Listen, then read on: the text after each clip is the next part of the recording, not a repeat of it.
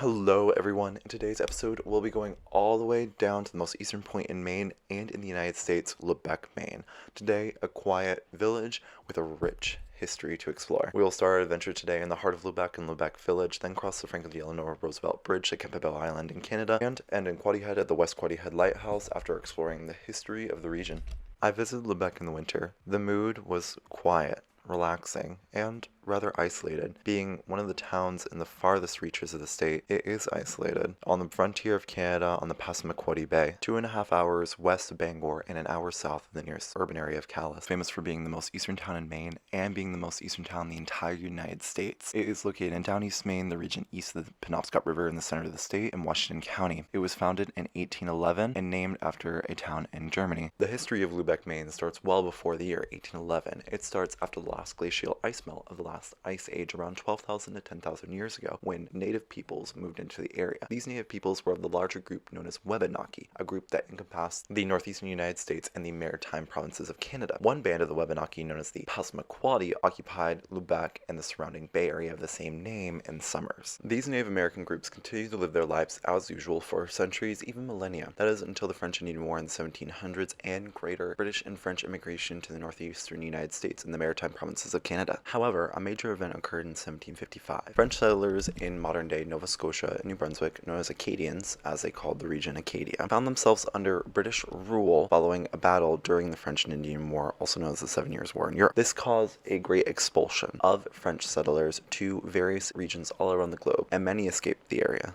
Some of these fleeing Acadians found themselves in Lubec and settled in 1775. In the following years, a newly independent United States allowed for the definition of boundary between the remaining British provinces on the east side of the bay and the newly formed towns on the west side of the bay, namely Lubec. Economic growth, while modest, did continue in Lubec, leading to its incorporation in 1811, and later in 1820 the need for a road connecting the nearest town, Machias at the time, 25 miles southwest as the crow flies to connect the two towns. However, in Lubec at the time, there was something growing exponentially larger than the economic growth of the town, and that was smuggling. Yep, you heard me right. Smuggling. Smuggling in Maine.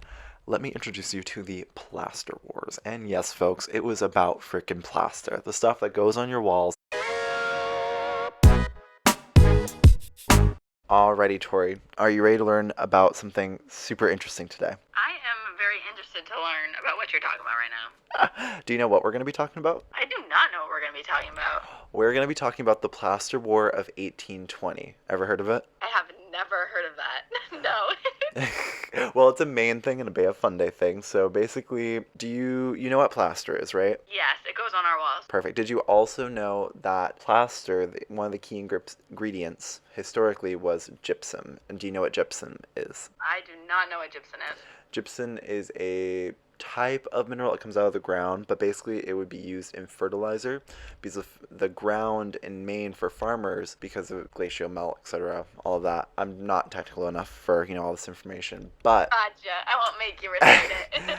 but basically it helps pH levels in the soil to basically make it better to grow, for gardening, farming. So basically what would happen is that farmers from Nova Scotia and New Brunswick would take all their stuff, use their own personal boats, and bring it across the border to Maine. That being said, do you see any problem with that? I mean, yeah, maybe a little bit, yeah. What would be the problem? I don't know, it just doesn't sound right. Well, basically what they would do is they would bring it over to Lubec. People there, they would trade, they would get anything from coats to molasses to basically regular goods we see today. But the problem was the British didn't like it because they couldn't tax it if it wasn't an official boat. Right. That sounds about right. Honestly, that sounds about right. Yep. That tax was pennies. It was pennies. So what the British government did is they hired a guy named Stephen Humpert of St. John's. And what he was tasked to do is he was tasked on getting in a boat and tracking down these people who were avoiding the tax. Avoiding the penny tax. Yes, basically pennies worth to get down this tax. And do you know what happened to him when he's going after rural farmers? What happened to him? Anytime that his official British ship would go up against one of the farmer ships, they would take out their muskets and shoot at him. Oh, perfect. Yep, leading to a key event in 1820 where he ran aground one of these boats on the Lubec side of the border, and around 50 to 60 town residents came out, caused a riot, forced him off the boat, let go of the people, and kicked him back out to sea. Period. And then he went back to St. John's, a failure. I know, right? I had no idea. I've never even heard of him. I know, right? Isn't that crazy? In 1794, 100 tons were being smuggled, right? By Right. 1820, guess how many tons were being smuggled? Triple that. They were smuggling 100,000 tons. Okay, way more than triple that. Got it. Yes. So even though the tax might have been pennies, it would have come up to a lot back then. Right, pennies add up. Mm-hmm. Pennies add up even more now because we're like, don't have them anymore. Exactly. Lubec peaked in popularity in 1910 with a population of 3,363, double the current population of roughly 1,200 people, which doesn't include summer residents, but in the winter it does feel far less than 1,200, as Maine posts the population as 560. By 1910, Lubec was an utterly booming town. It boasts bowling alley, candlepin bowling, of course, movie theaters, a strong business and manufacturing industry, fishing, harbors, even tourism. Boom went to bust. The post-World War II slump left many factories without business. By 1976, only 2 factories remained in Lubec, and the final one closed in 2001. Today, Lubec's economy focuses heavily on tourism, mainly for being the most eastern municipality in the United States, but also for its unique history and maintaining its village status.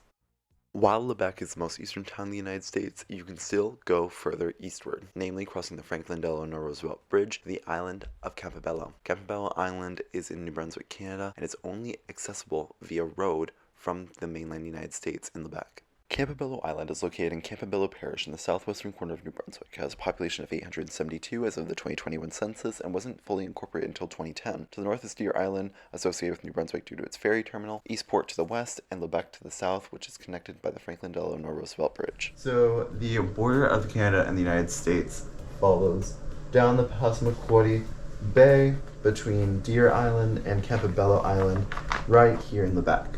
But you might wonder, if the only bridge to Campobello Island is from the United States to Canada, why does Canada own it?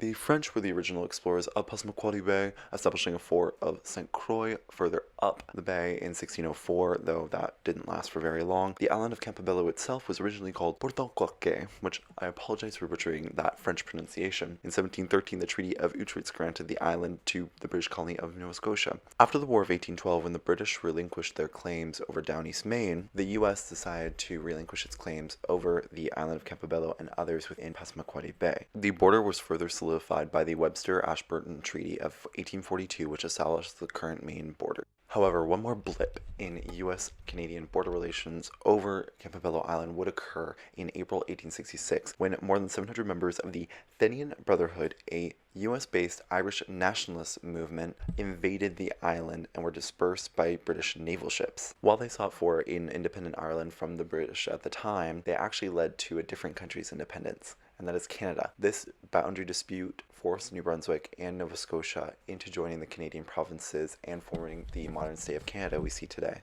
A final fun fact about Campobello Island is that it was home to the summer residence of the Roosevelt family. That included Franklin Delano Roosevelt, Eleanor Roosevelt, and more. In 1964, it was created into an international peace park, one of 3 along the U.S.-Canada border. Lubec, Campobello Island, and the whole entrance of Passamaquoddy Bay have a rich history. There are no better staples remaining of this history than lighthouses. Here, let me introduce you to the West Quoddy Head Lighthouse. Built in 1808 after being authorized 2 years earlier by Congress, it has guided ships into Lubec and Passamaquoddy Bay for 2 centuries now. The current red and white lighthouse was constructed in 1858 and has remained in operation ever since. Welp, that was a lot. Lubec has a ton of history, and so does neighboring Campobello Island and all of Passamaquoddy Bay. But as always, thank you so much for watching this video to the end. Please like, subscribe, and share, and let me know which town you'd like me to go to next.